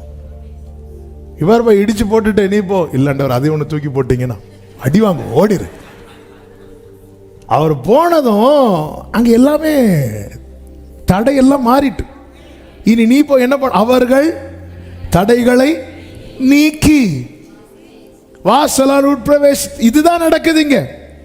கர்த்தர் உன்னை என் கையில் ஒப்பு கொடுப்பாருன்னா, கோலியாத்தே இன்னும் கொஞ்ச நேரத்தில் உன் மேல் அவர் கொடியேற்றுவார். உனக்கு விரோதமாய் அவர் கொடியேற்றுவார். என் கல் வந்து கரெக்டா உன் மேல படுற அளவுக்கு ஒன்று நிக்க வைப்பார் பாரு. ஏங்க நம்மளை நோக்கி ஏதோ ஒன்று வருதுன்னா அட்லீஸ்ட் இந்த கோலியாத்து இப்படி நின்று கரெக்ட் ஆங்கிள் கரெக்டாப்பா. நம்ம போட்டோக்கு கூட ஒழுங்கா நிக்க மாட்டோம். பாஸ்போர்ட் சைஸ் போட்டோ எடுக்க போனாலே இங்க இங்க இங்க இங்கேம்பாங்க. அவங்க வச்சு எடுக்கிறத பார்த்தா சூப்பரா எடுப்பாங்கன்னு போட்டோ பார்த்தா இப்படி இருக்கும். ஆனா இவன் கரெக்டா அது எப்படிங்க? நான் நம்புறேன் தாவீது கல்லை எடுத்து கவன்ல வச்சு கறக்கிறதுக்குள்ள கோலியாத்து மேல கர்த்தர் ஜெயத்தை வச்சிட்டாரு. பைபிள்ல அப்படி வசனம் இருக்கு. யாத்திராகமம் 15வது அதிகாரம் 16வது வசனம், 15-16. ஏதோமின் பிரபுக்கள் கலங்குவார்கள், மோபாவின் பராக்கிரமசாலிகளை நடுக்கம் பிடிக்கும், கானானின் குடிகள் யாவரும் கரைந்து போவார்கள். யாத்திராகமம் 15-16. பயமும் திகிலும், அப்ப தெரியும் உங்களுக்கு, பயமும் திகிலும் அவர்கள் மேல் விழும். கர்த்தாவே உமது ஜனங்கள் கடந்து போகும் வரைக்கும் நீர் மீட்ட, இந்த வேட கவனிக்க, உமது ஜனங்கள் கடந்து போகும் வரைக்கும், நீர் மீட்ட ஜனங்களே கடந்து போகும் வரைக்கும் அவர்கள் உம்முடைய புயத்தின் மகத்துவத்தினால் கல்லை போல. அப்ப என்ன நடந்திருக்கும்? தம்பி வா. அப்போ புயத்தின் மகத்துவத்தினால் அவர்கள் என்ன பிடி நிற்பாங்களா? கல்லை போல. கர்த்தர் கோலியாத்தை தாவீதுக்கு முன்னாடி பிடிச்சு விட்டு ஏறி, ஆங்கிள் கரெக்டா, கல்லை போல முடிஞ்ச ஏறி பார்க்கலாம். அப்படியே நிக்கிறான், எங்கேயும் அசைய முடியாது. புயத்தின் மகத்துவத்தினால் ஜான் நினைக்கிறான், என்ன தாவீதுக்கு கூப்பிட்டுருக்கலாமே, கோலியாத்துக்கு என்ன கூப்பிட்டீங்க? ஒரு புரிகிறதுக்காக. புயத்தின் மகத்துவத்தினால் கல்லை போல அசைவட்டு தாவீது குறிப்பாத்து எறிகிறது வரைக்கும் கோலியாத்த அப்படி நிக்கிறான். கல்லு அடிப்பட்டதும் கர்த்தர் கைய எடுக்கிறார், அவன் கீழே விடுறான். ஹalleluya, ஹalleluya, ஹalleluya. சத்துருவை ஆபத்தில் கைவிடுவார், கர்த்தருடைய பிள்ளைகளை ஆபத்திலே கை தூக்கி எடுப்பார். ஆமென். கல் அப்படி நிக்கிறான். அதனாலதான் கர்த்தர் உன்னை ஒப்பு கொடுப்பார் பாரு. ஆண்டவர் உண்மையில உன்னை வென்று சொல்லிட்டு என்ன சொல்லுவான் தெரியுமா தாவீது? ஆமே, நேரம் போகிறது, கர்த்தருடைய நாமத்திற்கு மகிமை உண்டாவதாக. அந்த வசனத்தை வாசிங்க. 46. இன்றைய தினம் கர்த்தர் உன்னை என் கையில் ஒப்பு கொடுப்பார். நான் உன்னை கொன்று உன் தலையை உன்னை விட்டு வாங்கி பெலிஸ்தருடைய பாளையத்தின் பிணங்களை இன்றைய தினம் ஆகாயத்து பறவைகளுக்கும் பூமியின் காட்டு மிருகங்களுக்கும் கொடுப்பேன். இது கொஞ்சம் கேட்க கொஞ்சம் கடினமா இருக்கா? இதெல்லாம் யார் சொன்னது தெரியுமா? தாவீது ஏன் இப்படி சொல்றார்? ஏன்னா இது அவ்வளவு கோலியாத் சொன்னது. 44வது வசனம். பின்னும் அந்த பெலிஸ்தன் தாவீதை பார்த்து, என்னிடத்தில் வா, நான் உன் மாம்சத்தை ஆகாயத்து பறவைகளுக்கும் காட்டு மிருகங்களுக்கும் கொடுப்பேன் என்றான். ஆமென். ஆண்டவருடைய மகத்துவத்தை பார்த்தீங்களா? கர்த்தர் திட்டம் போட்டது தாவீதுக்கு, கோலியாத்துக்கு திட்டத்தை அவனை வச்சே போட வைக்கிறார். ஆமென். ஆண்டவர் அந்த கோலியாத் அவனே போடுவான், அந்த ஆமான அவனே போடுவான். அவன் தான் சொல்றான், நான் உன்னை கொன்று உன் ஆகாய இது பறவைகளுக்கும். இன்னைக்கு சத்துரு உங்களை பார்த்து இன்னும் கொஞ்ச நாள்ல நீ விழுறியா இல்லையா பாரு அப்படி சொல்லும் போது நீங்க அவனை பரிதாபமா பார்க்கணும். ஏங்க, என்னுடைய தகப்பனார் ரட்சிக்கப்பட்ட ஆரம்பத்தில், அதாவது அவங்க தேவனை அறியாத மார்க்கத்திலேருந்து வைராக்கியமான மார்க்கத்திலேருந்து ஆண்டவரை ஏற்றுக்கொண்டு வந்ததுனால தாங்க முடியலை. அப்போ அவருடைய நண்பர், இந்த சாட்சியை பலமுறை சொல்லியிருக்கிறார், அவருடைய நண்பர் ஒருத்தர் உண்டு. அவர் வந்து வா நம்ம போகலான். இல்லை நான் வரமாட்டேன். அங்கே இங்கே இங்கே வரமாட்டேன். ரட்சிக்கப்பட்டியா? நீ எப்படி இருந்தோம்? நீ உன்னை யார் மாற்றினா? என்ன தாங்க முடியல. கடைசியில் அவர் பாரு, நான் மந்திரம் செய்ய போறேன். சரி, 3வது நாள் ஒரு டைம் செட் பண்ணி, ஒரு 5 மணி ஏதோ ஒரு டைம் செட் பண்ணி, இன்னைக்குள்ள உனக்கு நடக்கிறதே வேற. 3வது நாள் கரெக்டாக டேட்டு டைமை சொல்லிட்டு அவர் போயிட்டார். அவ்வளோ கோபம், அவ்வளோ வைராக்கியம். அப்பாவும் ஜெபம், ஆண்டவரே எனக்கு நீங்கள் தான் உண்டு, யாரும் கிடையாது அப்படி சொல்லிட்டு 3வது நாள் ஆச்சு. அந்த டைமும் ஆச்சு. இதெல்லாம் கொஞ்சம் ஒரு இது இருக்கும்ல. 3 நாள் முடிஞ்சு 4வது நாள் ஆச்சு. எதுக்கு அவனை வீட்டில் போய் ஒன்று பார்க்கலாம். 3வது நாள் நேற்று டைம் குறிச்சியப்பா என்னாச்சுன்னு கேட்குறதுக்குன்னு வீட்டுக்கு போனால் அந்த அம்மா அவருடைய அம்மா வந்து வெளியே அப்படியே இருக்கிறாங்க. அந்த ஆளுக்கு பேரை சொல்லி, அவர் இல்லையா அப்படின்னு. உனக்கு தெரியாத அப்போ? இல்லை, நேற்று சாயங்காலம் 5 மணிக்கு அந்த பாலத்தில் சும்மா நின்றுட்டு இருந்தான். அப்போ அந்த வழியா ஒருத்தன் வந்து ஏன் இங்கே நிற்கன்னு கேட்டான். சும்மா நிக்கன்னு சொன்னான். நீ எதுக்குடா சும்மா நிக்கிறேன்னு சொல்லி அவன் அடிச்சு பாலத்திலிருந்து கீழே தூக்கி போட்டுட்டு கேட்டியா? எங்க அப்பா உடனே சரி அம்மாச்சி நமக்கு நோக்கம் அப்படி சொல்லிட்டு எங்க அப்பா நேரம் அந்த ஃப்ரெண்டை பார்க்க போனாங்க. என்னாச்சு நேற்று 5 மணிக்கு? ஏங்க ஐயோ அவங்க இப்படி சொல்றாங்க, இன்னும் 1 மாசத்துல ஒன்னு என்ன பண்றேன்னு. தாவீது பாத்தீங்களா? ஆமென், ஹல்லேலூயா, ஆமென். சத்துரு தன் வாயாலேயே சொல்ல ஆரம்பிக்கிறான். ஆமான் தானங்க மொர்தெக்காயா தூக்கு மரம், நமக்கு வேலை அது இல்லை. ஆண்டவரே இந்த கோலியாத்தை பத்தி ஏதாவது ஒன்று சொன்னீங்கன்னா அதை அவனே சொல்லுவான். நான் உன்னை பத்தி சொல்றேன், என் கை உன்னோடு உறுதியா இருக்கும், என் புயம் உன்னை பலப்படுத்தும். ஹல்லேலூயா. நம்ம எல்லாம் சத்துருவை பத்தி அவர் என்ன சொல்லுவார், அது அவனே வந்து சொல்லுவான். நீ நின்று கேட்டாதான் அவன் வந்து சொல்றதுக்குள்ள நீ ஓடுற.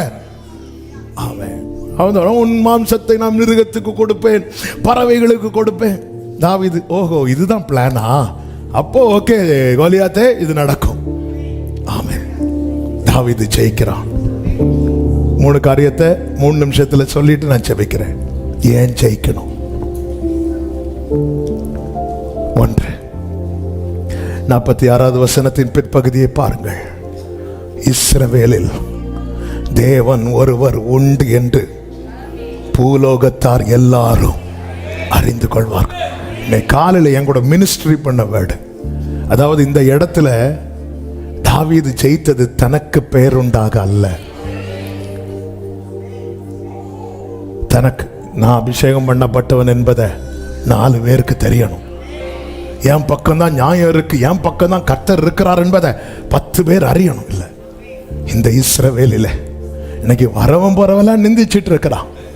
அவனுக்கு அவன் என்ன நினைச்சிட்டான், இது அனாதை, இவனுக்குன்னு இவளுக்குன்னு கேட்கறதுக்கு யாரும் இல்லை நினைச்சிட்டாங்க. ஜெயிக்கணும். எதுக்கு? இந்த தாவீது யார் என்பதை அறிகிறதுக்கல்ல, இந்த தாவீதின் தேவன் யார் என்பதை அறிகிறதற்கு. அதுக்கப்புறம் கொஞ்சம் ஆண்டவர் மெடிடேட் பண்ண வைத்தார். மெடிடேட் பண்ண வைக்கும் போதுதான் ஒரு சத்தியத்தை கண்டு கொண்டேன். தாவீது தனக்கு பெயர் உண்டாக ஒன்றுமே செய்யல, ஒண்ணுமே செய்யல. தனக்கு பெயர் உண்டாக எதுவுமே செய்யல.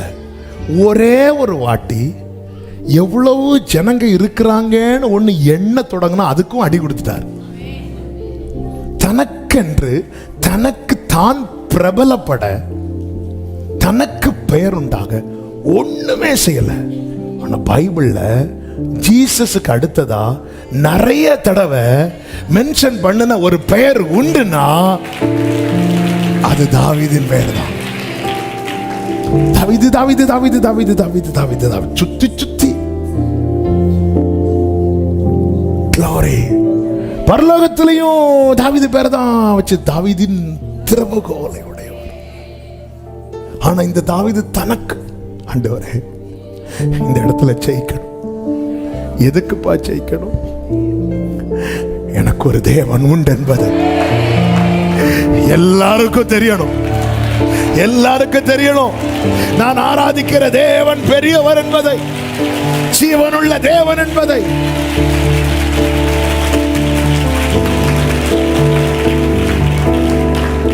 இரண்டாவது ஏன் ஜெயிக்கணும் தெரியுமா? தாவீது சொல்லுகிறார் 26 இஸ்ரவேலுக்கு நேரிட்ட நிந்தையை நீக்குகிறவனுக்கு நிந்தை நீங்கணும். எத்தனை காலம் வந்து நிந்திச்சிட்டு இருப்பான் ஆண்டவரே.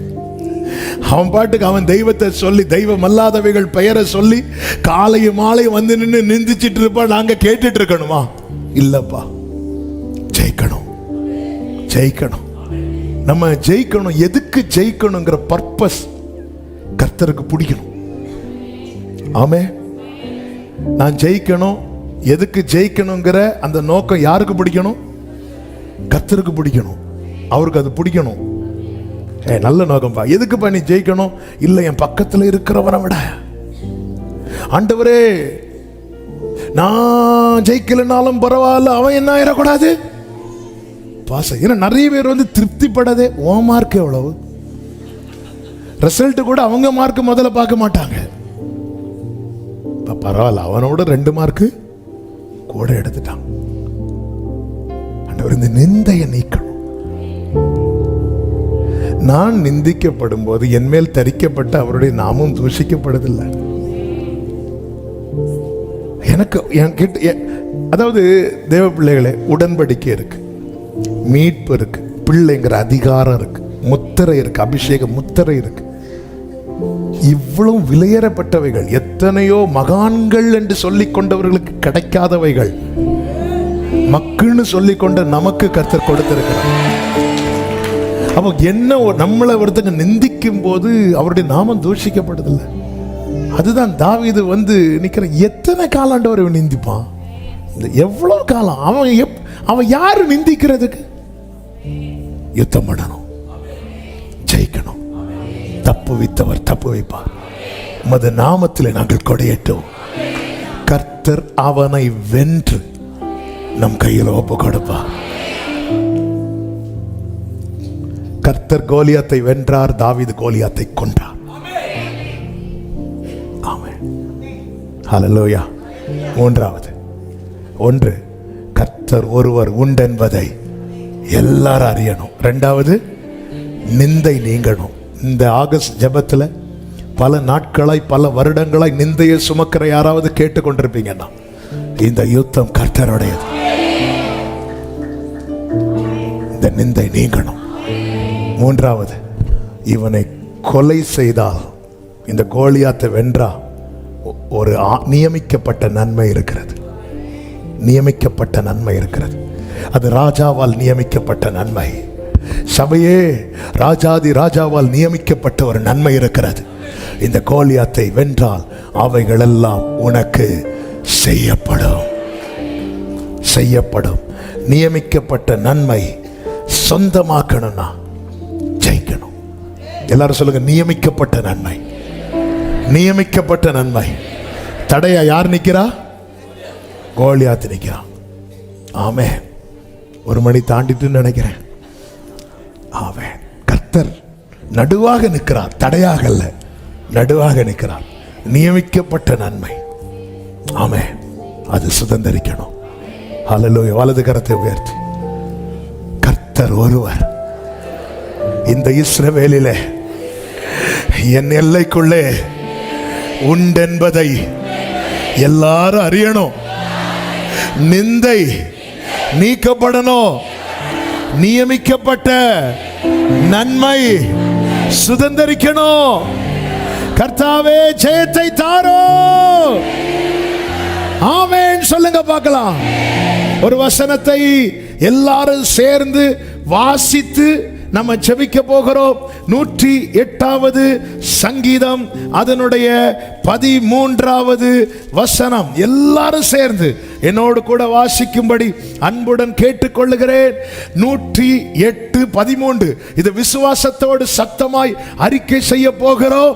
எல்லாரும் எடுத்துட்டீங்களா? இப்ப எல்லாரும் சத்தமாய் வாசிக்கலாமா?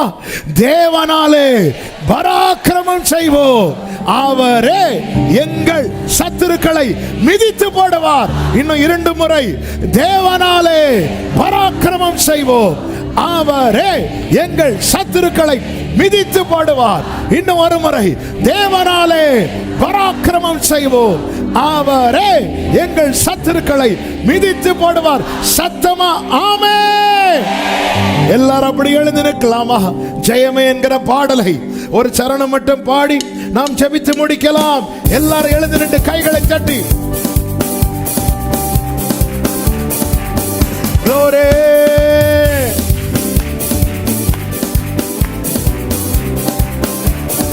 ஆமென். ஜெயமே ஜெயமே ஜெயமே, ஜெயித்தவரால் நமக்கென்றும் ஜெயமே. இயேசு நாமத்தாலே என்றும் ஜெயமே. இனி தோல்வி நமக்கில்லை. ஜெயமே ஜெயமே ஜெயமே ஜெயமே, ஜெயித்தவரால் நமக்கென்றும் ஜெயமே. இயேசு நாமத்தாலே என்றும் ஜெயமே. சொல்லுங்க, வெள்ளம் போல வெள்ளம் போல சத்துரு வந்தாலும் ஆவியானவர் கொடியேற்றுவார்.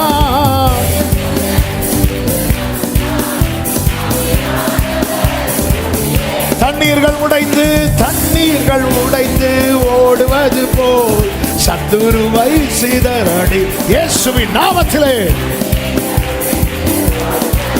ஓரலபம கரே.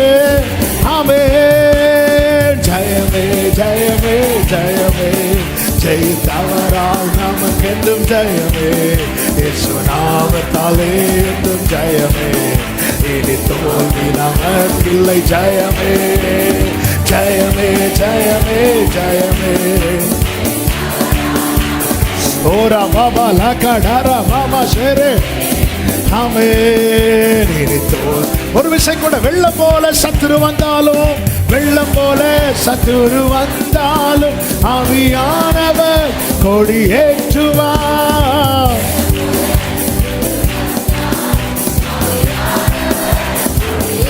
ஆமென். தண்ணீர்கள் உடைந்து இயேசுவின் நாமத்தில் எல்லா கோலியாத்தும் கீழே விழுவானாக, கீழே விழுவானாக. தேவ பிள்ளைகள் சுதந்தரிப்பார்களாக. சொல்லுங்க, தண்ணீர்கள் உடைந்து ஓடுவது போல. தண்ணீர்கள் உடைந்து ஓரபலரபா. ஆமென். தண்ணீர்கள் உடைந்து. glory. சொல்லுங்க.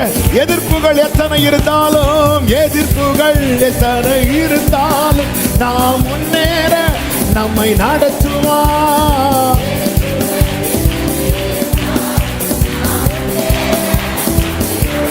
ஆமென். யுத்தத்தில் வல்லவர் பார்த்துக் கொள்வார், ஜெயத்தை நமக்கு தரும்.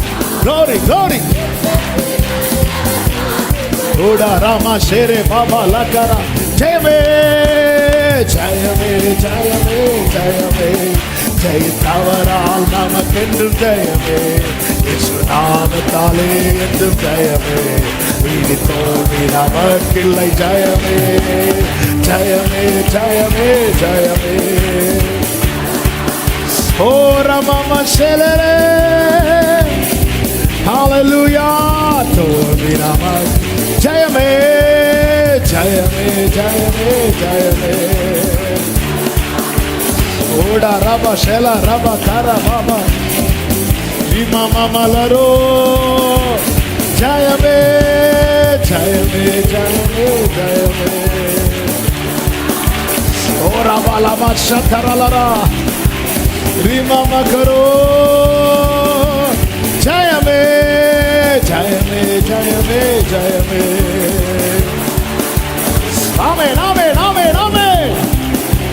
நிந்தை நீங்குகிறது, நிந்தை நீங்குகிறது, நிந்தை நீங்குகிறது. நியமிக்கப்பட்ட நன்மை வருகிறது, நியமிக்கப்பட்ட நன்மை வருகிறது, நியமிக்கப்பட்ட நன்மை, நியமிக்கப்பட்ட நன்மை.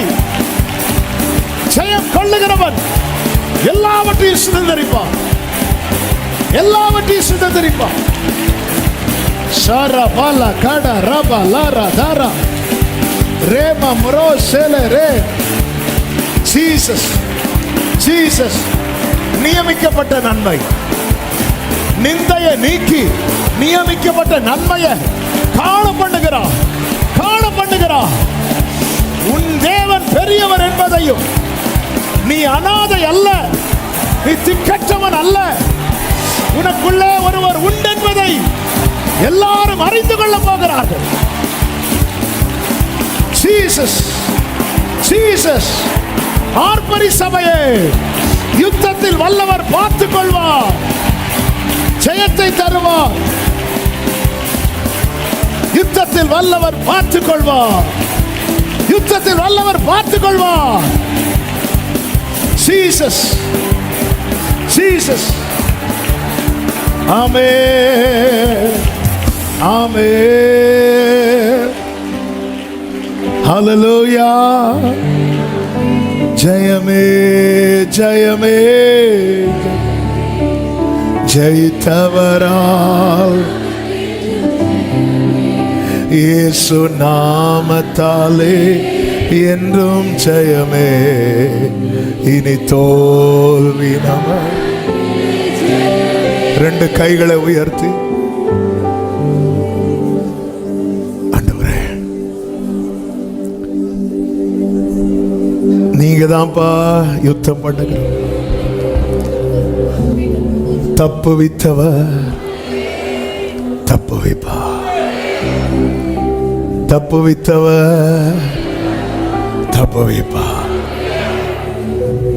தப்பு வித்தவர் நடத்தினவர் நடத்துவார். போஷித்தவர், சுமந்தவர், காப்பாற்றினவர் இந்த தேவன் என்றென்றைக்கும் உள்ள சதா காலம் நம்முடைய தேவன். மரண பரியந்த நம்மை நடத்துவார், ஜெயமாய் நடத்துவார். பரிசுத்த பிதாவே, நல்ல தகப்பனே, நன்றியோடு துதிக்கிறோம், ஸ்தோத்தரிக்கிறோம். கிருபையா இந்த 8வது நாள் ஜெபத்தில் எங்களை கொண்டு வந்து பாட, துதிக்க, ஆராதிக்க கிருபை செய்தீர். எங்களோடு பேசினீர் ஆண்டவரே. உங்களை நாங்க பெருசா பார்க்கணும், உமது செய்கைகளை தியானிக்கணும், அதிலே பிரியப்படணும் ஆண்டவரே. இஸ்ரவேலரை போல பின்வாங்கி போகாம தாவீதை போல முன்னோக்கி சென்று ஜெயம் எடுக்க கிருபை செய்யும் ஆண்டவரே. எங்கள் மேல் வைக்கப்படுகிற நிந்தையை அறிவீர், அது நீங்குவதாக. நியமிக்கப்பட்ட நன்மை ஒவ்வொருவரும் சுதந்திரிக்க கிருபை செய்வீராக ஆண்டவரே. ஒவ்வொருவரையும் உம்முடைய கரங்களில் அர்ப்பணித்து ஜெபிக்கிறோம். சமாதானத்தோடு அனுப்புங்க, சாட்சியாய் கொண்டு வாங்க. மகிமை கனம் துதி ஸ்தோத்திரம் அனைத்தும் ஒருவருக்கே செலுத்துகிறோம். இரட்சகர் இயேசு கிறிஸ்துவின் நாமத்தில் பிதாவே, ஆமென். சேர்ந்து சத்தமாய் சொல்லுவோம், என் ஆத்துமாவே கர்த்தரை ஸ்தோத்திரம், முழு உள்ளமே அவருடைய பரிசுத்த நாமத்தை ஸ்தோத்திரம். என் ஆத்துமாவே கர்த்தரை ஸ்தோத்திரி, கர்த்தர் செய்த சகல உபகாரங்களை மறவாதே. ஆமென். நம்முடைய கர்த்தராகிய இயேசு கிறிஸ்துவின் கிருபையும் பிதாவாகிய தேவனுடைய அன்பும் பரிசுத்த ஆவியானவருடைய ஐக்கியமும் சிநேகமும் பாதுகாவலும் நம் அனைவரோடும் எல்லா பரிசுத்தவான்களோடு கூட கர்த்தருடைய வருகை மட்டும் தங்கியிருப்பதாக. ஆமென்.